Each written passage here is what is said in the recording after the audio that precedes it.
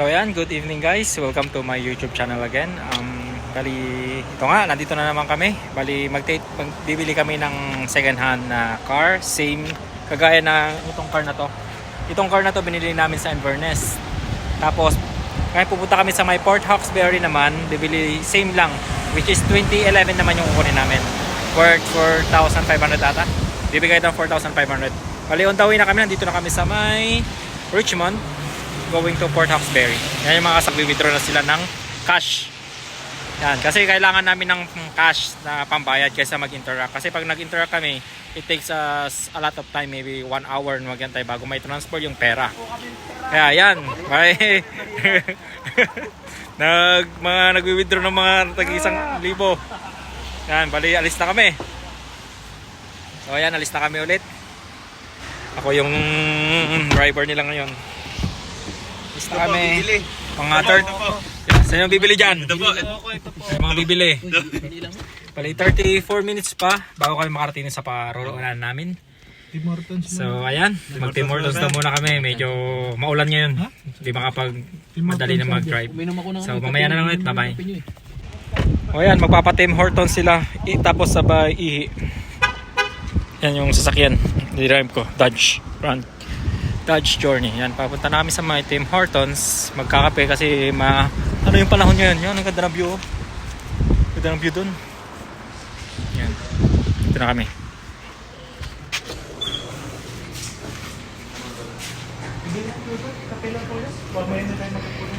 Yan.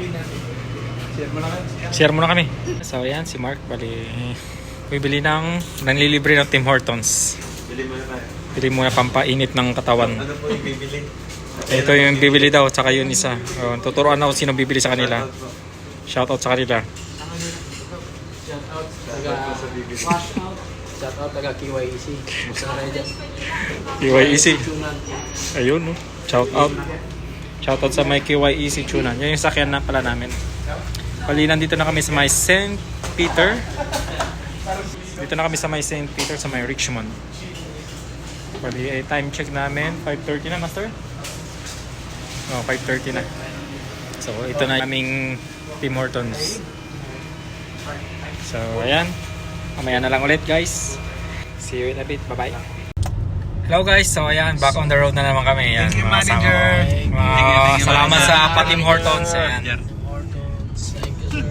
Thank you, manager. Bibili po ng sasakyan. Ito po. Bibili ng sakyan. Harap lang ito ng galing Taiwan, bibili na agad ng sasakyan. Isang taon, wala pang kalahating taon, makakabili Bibili na ng po. sasakyan. Yun lang. Maraming pera. Shout out. Batay. So, ayan, guys. Bali, mamaya na lang ulit. Nandito na tayo sa kalsada ulit. Bye-bye. So, ayan, guys. Pa-exit na kami sa may exit 46 Louisdale Archa. Take exit 46, then turn left onto Fleur-de-Lis Trail. So, ayan. We're taking the freeway. Puntang Halifax. Yan. Papunta ni Pax. Diretso yan, papuntang ano. Turn left onto Fleur-de-Lis Trail, Louisdale Connector. Hello, guys. Good evening. Time check. 6:20 in the evening na po.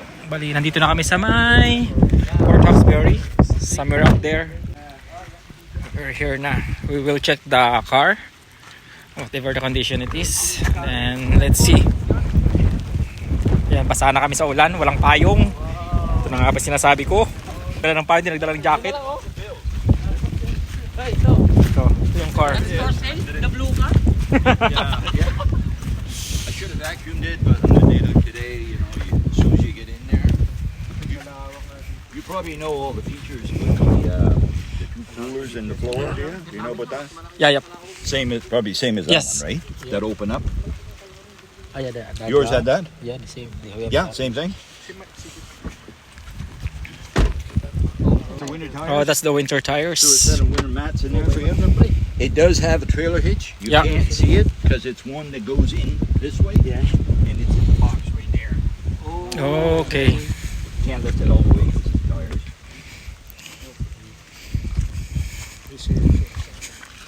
Same lang yung sa inyo. Mas malaki pa yung sa amin, di ba? Oh, kailangan lang itong ripakin. Mark 25.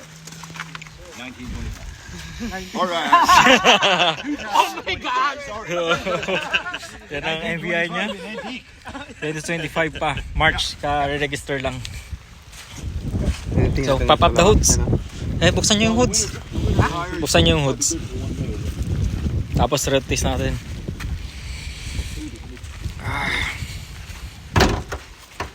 Okay. You guys know how to open it? Oh. It's a little tricky, I'll show you. It's a little spot right here. Malinis ah. Malinis. Oh, it's clean. So it's a 3.6.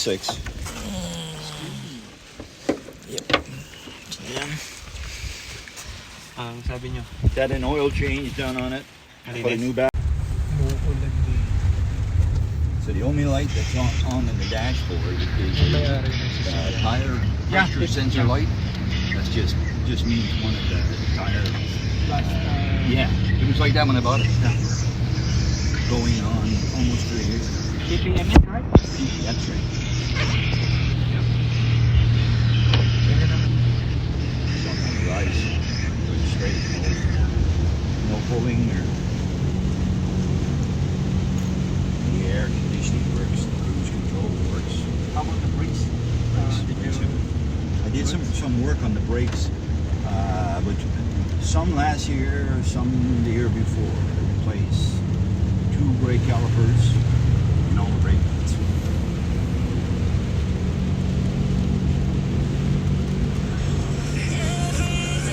We've got already 2 Dodge same All color. right, okay. Yeah. If we got this one, we have 3 Dodge in the house. Right. Okay. Working. Oh yeah, yeah. All the electronic mirrors work. Yeah. Windows.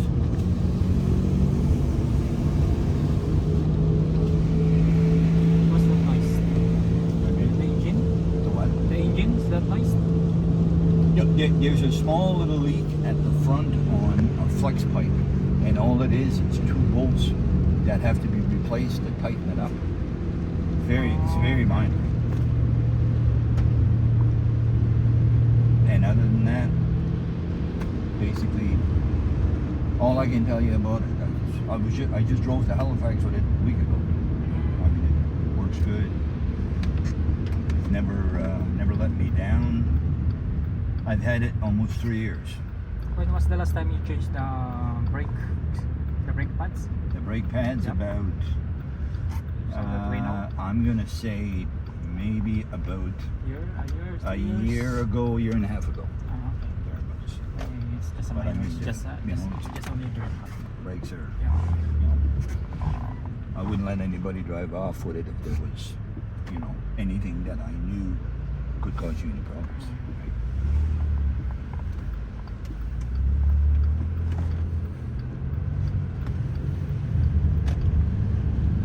So what time did you guys leave Boys Bay? Yeah, we're doing voice week.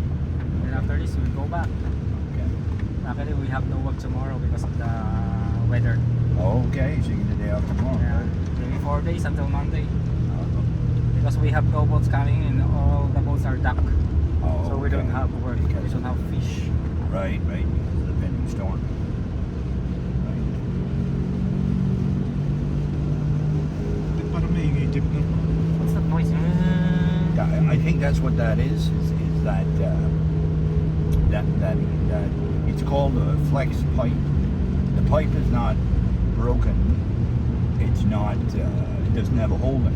It's just 2 flanges that come together at a joint, and the bolts need to be. You need to have 2 new bolts put in it just to pull it in tighter. That's all I was told when I had an MDI. So, but it's. Maybe later show me where's that. Well, yeah. I mean, we'd have to. I can't raise it and show you, but I can point like under the engine on it and explain it a little better if I can.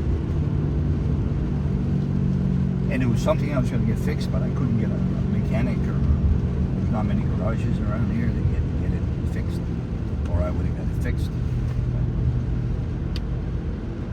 And I was told it would be a very expensive repair.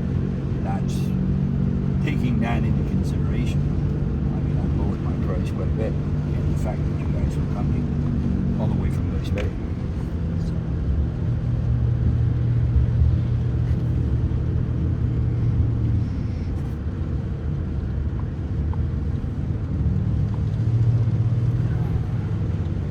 I'm a bit worried about that noise.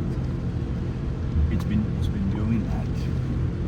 It's been doing that for a little while. There's no warning lights. There's no indication that there's any issue. If it was a front end problem, you know, to pull or stagger around on the road, it doesn't do that.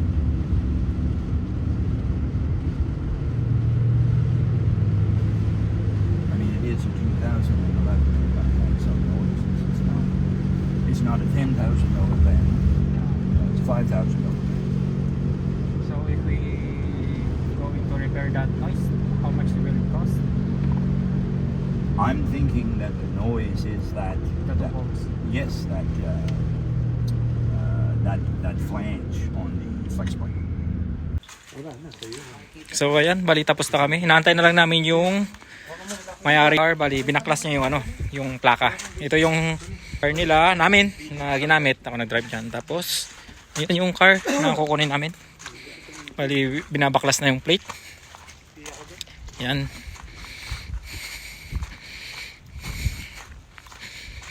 Ito na yung yan, drive na. All goods na kami. Ito yung view dito sa may malapit sa yan. Yes. Yan yung plaka.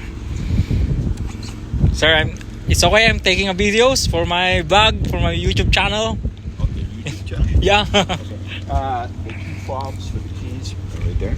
Okay, there's two Okay, fob, two, please. yeah. Okay, sir. All right. Yeah, all right, sir. All right. I wish you guys a good trip. Yes, sir. Thank All you, sir. Thank you so much. Hopefully you're not going to have too much rain Yes. on the way back. Thank you, sir. All the best. Yeah. Yan. So ayan guys, nandito kami sa may Port Hawkesbury. Nagpapagas yung dalawang car. Ayan. Papagas na sila. So ayan, papagas na sila. Dito yung mga may-ari, shout out daw. Ito po, sabi ko, boy niya lang ako, boy. Boy daw lang. Mga master, kamusta kayo dyan?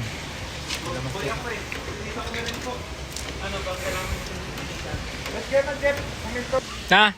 Kuminto na. Itas mo. Sige, itas mo. Itas mo konti. Tapos, itas mo konti. Huwag masyado. Sige, tapos, konting pisil. Ayaw nga eh. So, ayan guys, bali nagpagas kami ng 80. 42 liters, $80. Yan. Kapultang na namin tong car nila. Ayan. Nova Scotia Strong. Wala pang plate kasi kauko nga lang. Antay, okay na yan. Pag lumagitik. Magkano na gas nyo? Magkano na gas nyo? 90. Okay na yan. 90 naman sa kabila. So, ayan guys. Sabihin nyo lang kung anong pump number. Ito, number 3. Number 3. Number 4 kaya ano. Oh. So, ayan, ito yung pump nila. Pump number 4 and pump number 3. So, ayan guys. Bali, hanap muna kami ng makakain. Nandito kami sa may Port Hawkesbury again. Bye-bye. Meron pa siya dito. Alin? Sinasabi niya kanina. Oh, 2 hitch. 2 hits. Yan yung 2 hitch niya. Yung ano, yung trailer. Trailer. Yung sinasabi. Connection. Meron din naman kayo eh. Kaya nga. Okay naman. Oo. Smooth naman. Yung ano, yung concern ko lang yung tambutso lang. Sabi ko paano niya nakagad mo. So ayan guys, nandito na yung car nila. Bali nakuha namin siya ng 4,200 fixed price. Ang concern lang dito yung ano, yung connection ng exhaust niya at saka sa makina, yung dalawang tornilyo doon. Yung isa bumigay na, rusted na siya. Tapos yung isa hindi na masyadong dito mahigpitan, kaya pag in-start mo medyo maingay yung tambutso. Kasi may singaw nga. Yan lang naman yung concern. Hindi naman naabutin yun kasi worth the price naman. Saka okay pa siya. 200 lang yung tinakbo niya. 203,000 kilometers ang mileage. So ayan, ito yung mga car. Nandito kami sa may Port Hawkesbury sa may fast fuel. Dito ako lagi nag-stop over pag papunta ako ng Halifax. Dito palagi. So ayan guys, ito yung mga may-ari. Is bali, ayan, kakain kami. Maglilibre sila. Ito kami sa may McDonald's, kakain. Iniwan na namin yung car doon. Yun. Lakad-lakad na lang.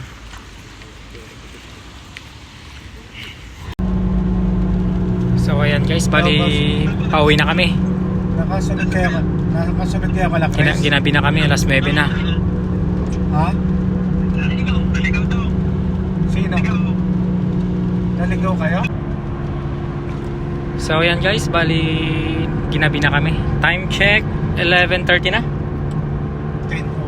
10:01 ng gabi na. Nandito pa, malapit na rin naman kami sa bahay. Mga about 30 minutes na lang siguro. So ayan guys, bye-bye na muna hanggang sa makakauwi kami. Bye-bye. Hello guys, good morning. Pasensya na, nakalimutan ko mag closing kahapon.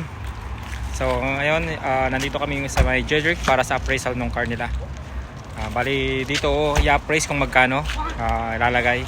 Tapos kung magkano may tax access. Bali, tapos na sila ang nailagay. Magkano, master, ang ano? Ang appraisal ng car nila? 500 lang. Mark! Owner! Mark! Sabi po ng owner, Harap ka doon! Magkano? Napakalaga, oh! 500 lang. Pero nabili nyo yung car, nabili ni ng 4,200. 4,200. Pero ang nilagay sa may appraisal sa likod ng certificate is 500 para pagdating sa may access, malit lang yung tax. Yan. Kaya pag kayo bumibili, wag kayo magpalagay ng ano ng amount sa may likod ng certificate ng sasakyan para pagdating sa appraisal, sila na maglalagay ng amount. Para pagdating sa may access, yan, pagdating ng access, mababa lang yung tax na ano, babayaran. Kami pangkain, chichirya na lang. Oh. Yan. Napunta dun sa insurance, sa sakyan, sasabihin na. Papalit pa kami preno, tsaka wiper. Uy, plaka pa. Plaka pa pala. Kaya wala pang plaka. Pupunta ka, next na stop namin sa may access na. Yan yung sa may car appraisal. Yeah. So yan guys, bali next na destination namin, going to access dito sa may Sydney, sa may Nova Scotia. Pasensya na kagabi dahil sa pagod namin. Gabi na kami nakauwi sa may bahay namin, mga around 11 o'clock na. Tapos malakas ang ulan, kaya hindi na nakapag-vlog kahapon. Mamaya na ulit, bye-bye. So yan guys, bali nandito na kami sa may access Nova Scotia. Paparegister na. Yan na sila. Kahit maulan, sugod pa rin. Oh, so good bag ang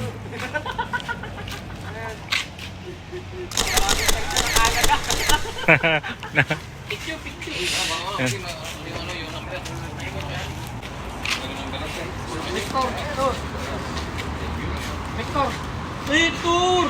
Yan, papasok na sila. Pasok na rin kami. Mamaya na lang ulit guys. Bye bye. So yan guys, nandito na kami sa may loob ng access. Yan. Nakapila na sila para sa may registration ng kanilang car. Yan.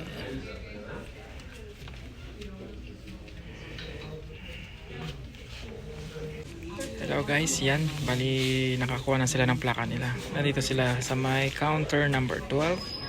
Pre-process na lahat pero nakita ko mayroon na silang plaka. All is good na. May sakto check ko yung nag-assist sa kanila. Ayun, may na. Ayun, may plaka na. All goods na.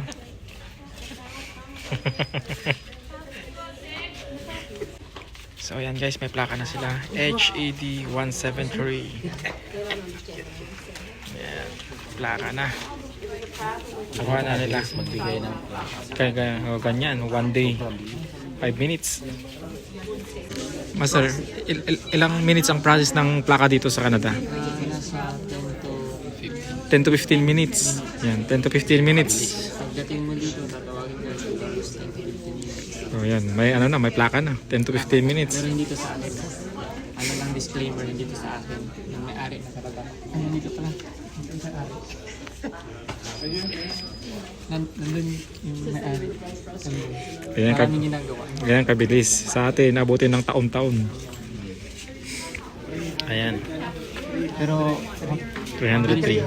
309. mabilis din yung ano, yung bayad. Dapat may 309 ka or convert natin sa kulang-kulang 12,000. 12,000 peso.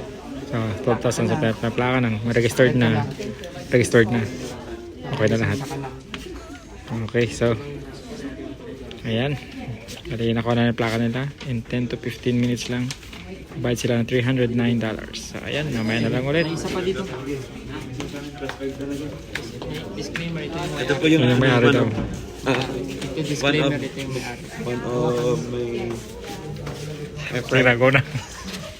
So guys, yan, tatapusin ko na yung videos ko. Bali, okay na, mayroon ng plaka.